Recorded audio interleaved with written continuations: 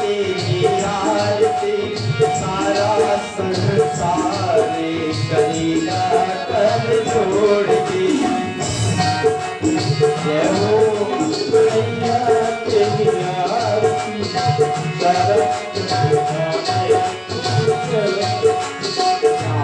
तेरी आरती मैया तेरी आरती सारा संसार करेगा कर जोड़ तेरी आरती कन्हैया तेरी आरती सारा संसार सिर पर मोरे मुकुट विराजे सिर पर मोरे मुकुट विराजे गले में जंती माला साजे गले जंती माला साजे और भूलने को हाथ करेगा कर जोड़ के समा तेरी आरती मैया तेरी आरती सारा संसार करेगा कर जोड़ के समा तेरी आरती मैया तेरी आरती सारा संसार कर जोड़ के ब्रह्मा के तीन नो यश गावे आप जो नारद सारद ध्यान लगावे नारद सारद ध्यान लगावे और करे जयकारे करेगा कर जोड़ के श्यामा तेरी आरती कन्हैया तेरी आरती सारा संसार कर जोड़ के मैं हूँ दीन से दुखिया भारी मैं हूँ दीन से दुखिया भारी आया हूँ प्रभु शरण तिहारी आया हो प्रभु शरण तिहारी रखियो लाज करेगा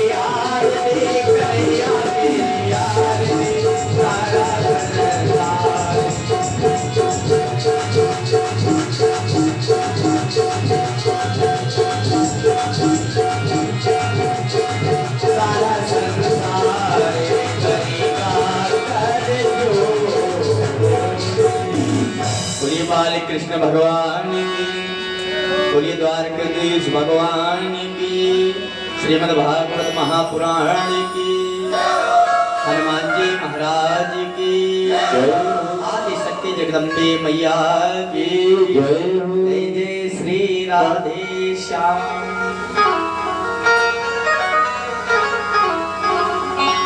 हरि ओ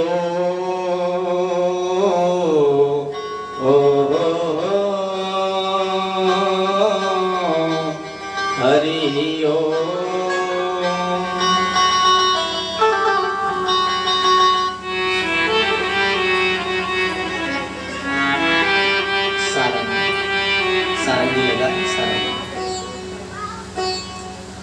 श्रीमन्महागणाधिपतये नमः। श्री गुरुचरण कमलेभ्यो नमः। श्री मातृपितृचरण कमलेभ्यो नमः। श्री विप्रदेवताभ्यो नमः।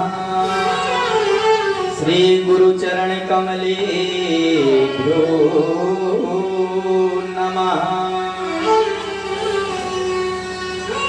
ध्येयं सदा परिभव नमोऽभीष्टदोहं तीर्थास्पदं शिवविरञ्चिनुतं शरण्यं विद्यार्थिहं प्रणतिपालभवातिबोधं वन्दे महापुरुष ते चरणारविन्दम्।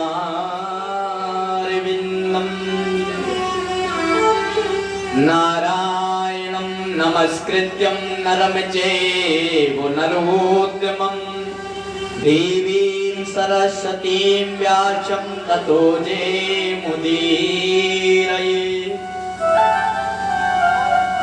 नमो ब्रह्मण्य देवाय गो ब्रह्मण्य हिताय च जगद्दिदाय कृष्णाय गोविन्दाय नमो नमः।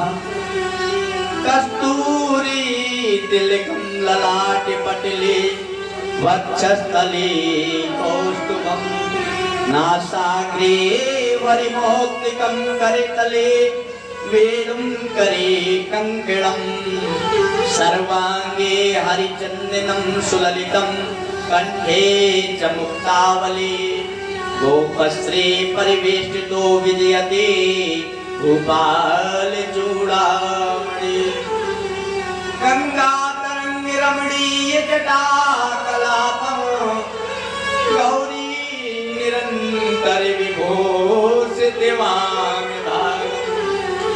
नारायण प्रियमनंगे मदापहारं वाराणसी पुरपतिं भज विश्वनाथं। श्री गुरुचरण सरोज रज निज मन मुकुर सुधार परिणो रघुवर विमल जसो जो दायक फल चार। बोधिहीन तनु जानिके सुमिरो पवन कुमार बल बुद्धि विद्या देहु मोहि हरहु कलेश विकार। जय जय जय राधा रमण जय जय नवल किशोर जय गोपी चित चोर प्रभु जय जय माखन चोर। बोली बाल कृष्ण भगवान की जय, बोली द्वारकाधीश भगवान की जय। आइए भगवान की दिव्य कथा प्रारंभ होने के पूर्व क्षण मात्र के लिए भगवान नाम का संकीर्तन करेंगे। क्योंकि पगे पवित्र तीरथ गवने कर पवित्र कछुदान मुख पवित्र जब होए गो जब जप लो सीता। अच्छा आप विचार करते होंगे क्या फिर पंडित जी प्रतिदिन संकीर्तन क्यों कराया करते? तो संकीर्तन कराने का अभिप्राय ये है कि जैसे हमारे पास कोई बहुमूल्य वस्तु हो तो बहुमूल्य वस्तु को रखने के लिए एक पात्र की आवश्यकता होती है। अगर स्वर्ण हो, हमारे पास सोना हो, तो उसको रखने के लिए हमें पात्र की आवश्यकता है, डिब्बी की आवश्यकता पड़ेगी। ऐसे ही कथा रूपी बहुमूल्य वस्तु को रखने के लिए संकीर्तन रूपी पात्र की आवश्यकता पड़ती है। इसीलिए कथा के पहले संकीर्तन, कथा के बाद संकीर्तन। क्योंकि कथा तो शायद हो सकता है विस्मृत हो जाए आपके, लेकिन जो भगवान नाम होता है वो व्यक्ति के जीवन में निरंतर चलता रहता है। तो जब आप प्रारंभ में उस पात्र का प्रयोग कर देंगे, अंत में पात्र का प्रयोग कर देंगे, तो निश्चित रूप से आपकी वो कथा रूपी वस्तु सदैव सुरक्षित रहेगी। आइए भगवान नाम का संकीर्तन करते हैं। मेरा गोपाल गिरधारी जमाने से निराला है, मेरा गोपाल गिरधारी जमाने से निराला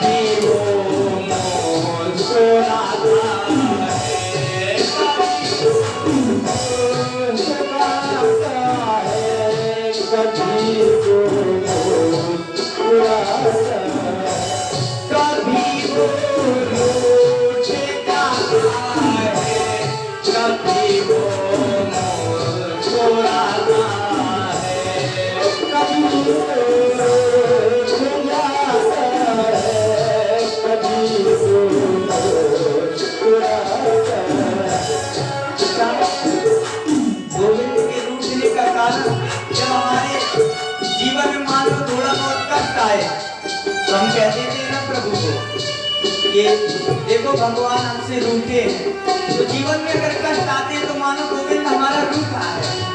अगर सुख की घड़ी आ जाए तो मानो गोविंद मुस्कुरा दिया। इसलिए इसी तरह संग के खातिर रहे, इसी तरह संग के खातिर रहे, इन्हें नादों से पाला है।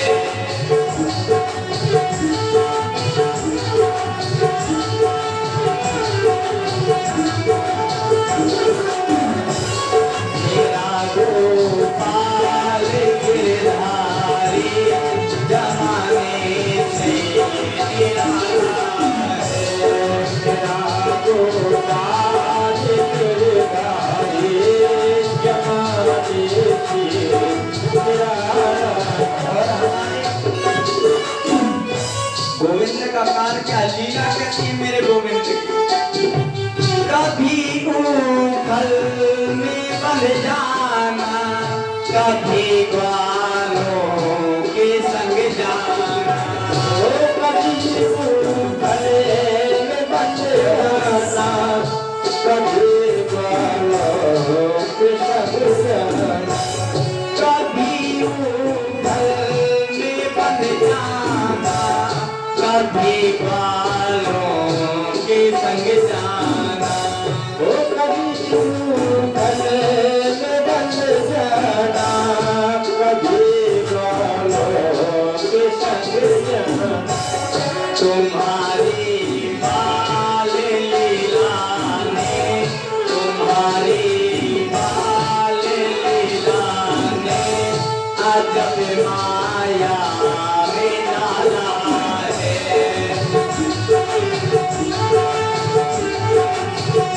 जय हो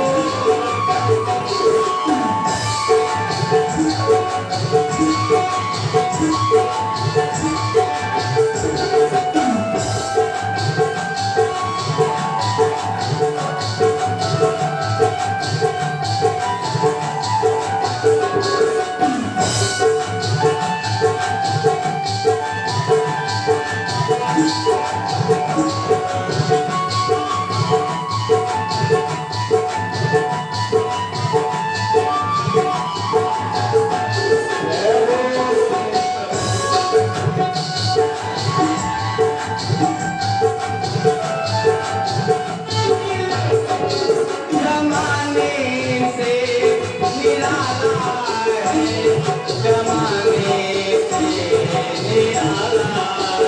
ओ जमाने से निराला है, जमाने से निराला है। न गोरा है न काला है, न गोरा है न काला है। जमाने से निराला है, गोरा है न काला है। जमाने से निराला है, जमाने से निराला है।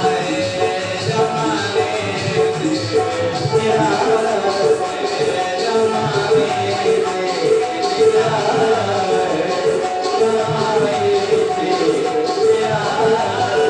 जमाने मेरा गोपाल गिरधारी जमाने से निराला। कैसा है मेरा गोविंद? न गोरा है न काला है, जमाने से निराला है। मेरा गोविंद जमाने से निराला है। ऐसे गोविंद की कथा को श्रवण करने हम बैठे, परम मंगलमय परात्पर परम अखिलेश्वर परम ब्रह्म परमात्मा अकारण करुणा वरुणालय भक्त वांछा कल्पतरु तीनों पर दया करने वाले मेरे दीनानाथ भगवान श्री कृष्ण की स्वयं साक्षात वांग्मय प्रतिस्वरूपा श्रीमद् भागवत महापुराण के समीप बैठे हुए हैं।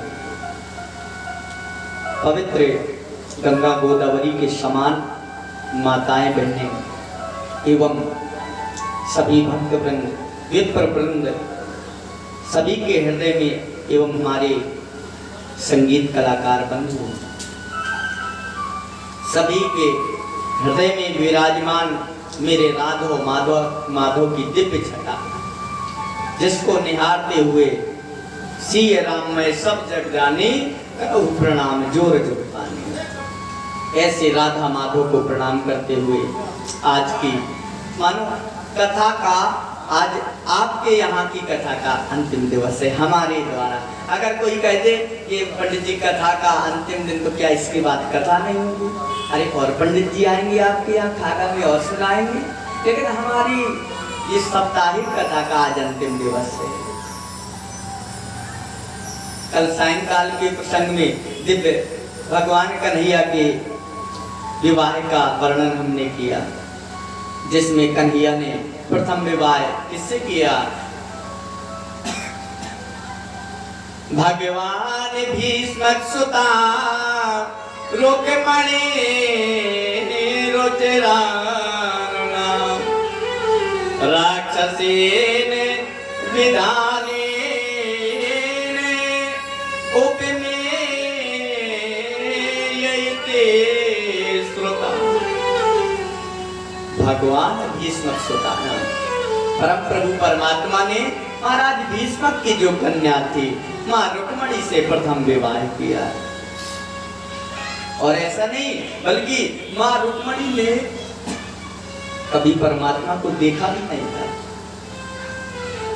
लेकिन जो भीष्म महाराज के दरबार में नारद आदि ऋषि आया करते तो मानो भगवान द्वारकाधीश की मुक्त कंठ प्रशंसा करते, तो सब उनकी प्रशंसा को सुनकर मां रुक्मिणी ने सोचा, जिनकी प्रशंसा इतनी सुंदर है, भला ऐसे द्वारकाधीश का रूप कितना सुंदर नहीं होगा, क्योंकि हम यही तो चाहते हैं।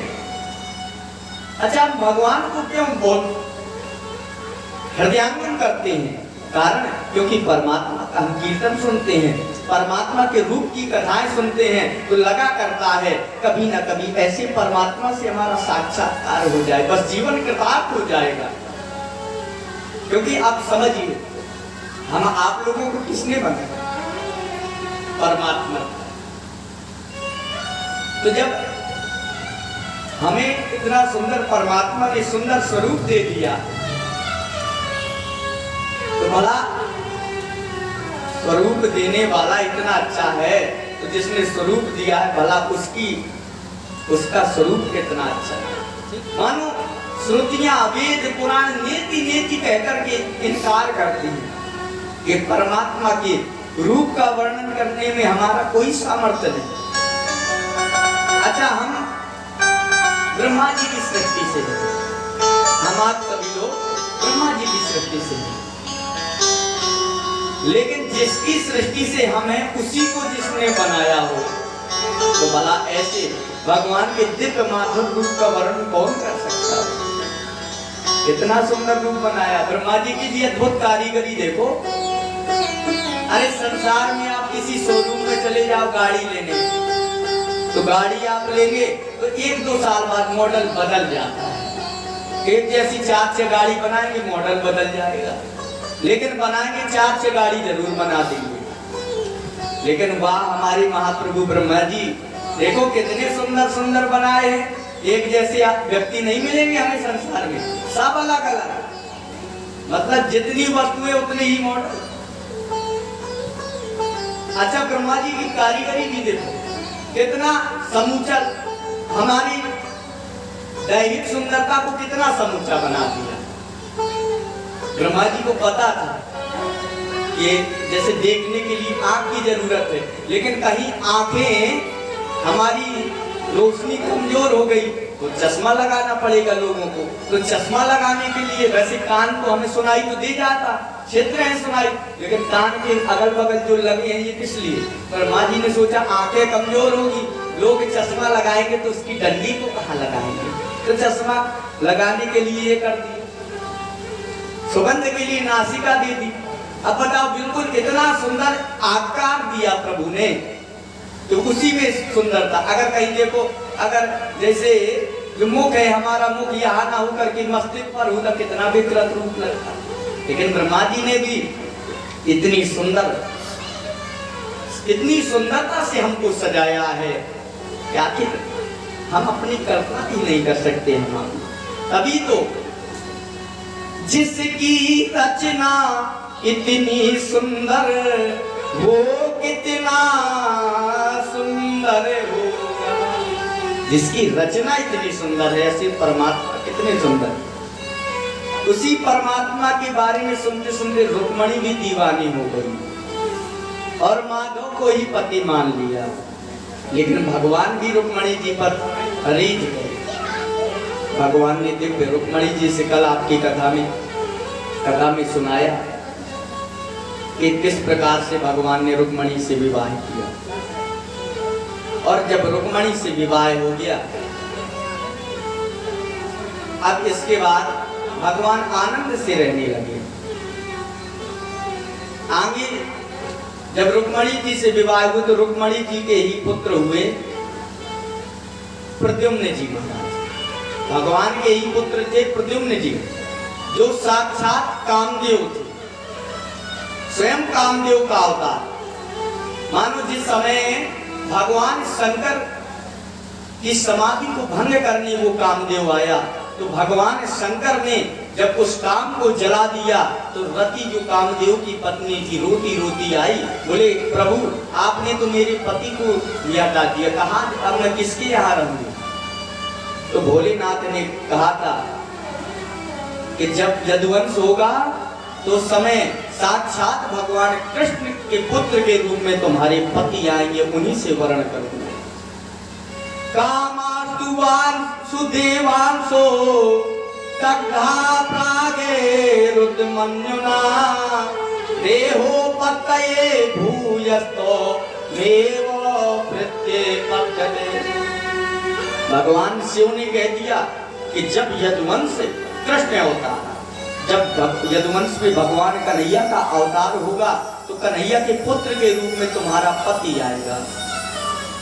मानस में गोस्वामी तुलसीदास जी महाराज वर्णन करते हैं कि कृष्ण तनये हुई है पति तोरा, वचन अन्यथा होए न मोरा।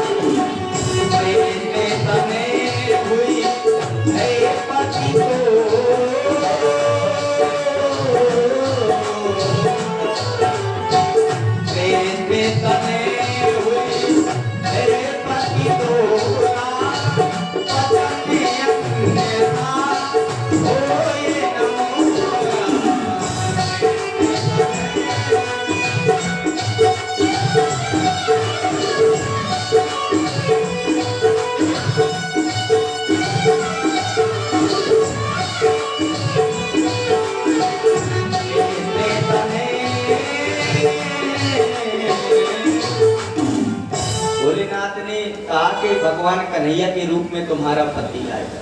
तो भोलेनाथ का वो वचन सत्य हुआ, स्वयं कामदेव प्रद्युम्न के रूप में प्रकट हुए। अच्छा, काम क्या है? जिसमें विकार उत्पन्न हो, जो धर्म विरुद्ध आचरण करे, समझ लीजिए उस पर काम का प्रभाव है। और जो धर्म के अनुकूल कार्य करे, समझ लीजिए भगवान का स्वरूप है, वही भगवान की विभूति है। आज वही धर्म सम्मत कामदेव प्रद्युम्न के रूप में प्रकट हुए। बोलिए प्रद्युम्न भगवान की जय। सम्रासुर, जब प्रद्युम्न जी प्रकट हुए तो एक सम्रासुर नाम का दैत्य था, प्रद्युम्न जी को हरण करके ले गया, और हरण करके ले गया तो समुद्र में फेंक दिया। उन्हीं प्रद्युम्न जी महाराज को समुद्र में एक मछली ने निगल लिया। जब उस मछली को एक मल्लाह ने पकड़ लिया, वही मल्लाह गया मछली को जाकर सम्रासुर महाराज को भेंट कर दी। और जब सम्रासुर को भेंट किए तो वही मछली से को जब काटा गया तो पुत्र एक बालक के रूप में जन्म हुआ, वही प्रद्युम्न जी थे।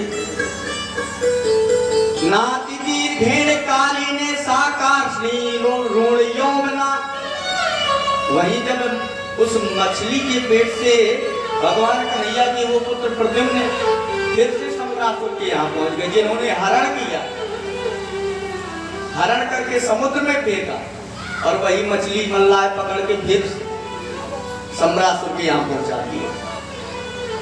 तो उन्होंने देखा कि इस मत्स्य के द्वारा मेरे यहाँ पुत्र हुआ है, तो उस पुत्र को लालन पालन किया। नाति दीर्घेण, कम समय में ही भगवान कन्हैया के पुत्र प्रद्युम्न यौवन संपन्न हो गए। रति के भावों में परिवर्तन, उन्होंने देखा कि जो उनके यहाँ पर रति आई, रति सेवा में थी कन्हैया के पुत्र के। एक दिन प्रद्युम्न जी ने कहा कि रति तुम हमारी सेवा तो करती हो, लेकिन दूसरी ओर तुम्हारी दृष्टि व्यवहार में मात्रा तो नहीं दिखाई देता है। भाई तुम मेरा लालन पालन करते हो मात्र भाव से, लेकिन मुझे तुम्हारे लालन पालन के व्यवहार में मात्र भाव तो दिखाई नहीं दे रहा। मात्र भाव मति क्रम में वर्तसे कामनीयता। अच्छा कौन हो तुम? तो रति ने पूरी कहानी बता दी। बोले प्रभु भगवान नारायण सुता संबरेणा हृतो ग्रहा। अरे आप स्वयं साक्षात द्वारकाधीश भगवान के पुत्र हैं और ये सम्रासुर तुम्हारा सबसे बड़ा दुश्मन है। अरे मैं तो आपकी जन्म जन्म की पत्नी रति हूं, आप मेरे पति कामदेव। घटना का पूरा क्रम विस्तार से प्रद्युम्न जी को जब पता चला, प्रद्युम्न जी क्रोध में भर गए। जाकर तुरंत ही सम्रासुर को ललकारा कि मैं तेरा काल कृष्ण का लाल प्रद्युम्न हूं। सम्रासुर बेचारा काम गया। इधर प्रद्युम्न जी ने सम्रासुर का संहार करके प्रद्युम्न रति के साथ में द्वारिका पहुंचे।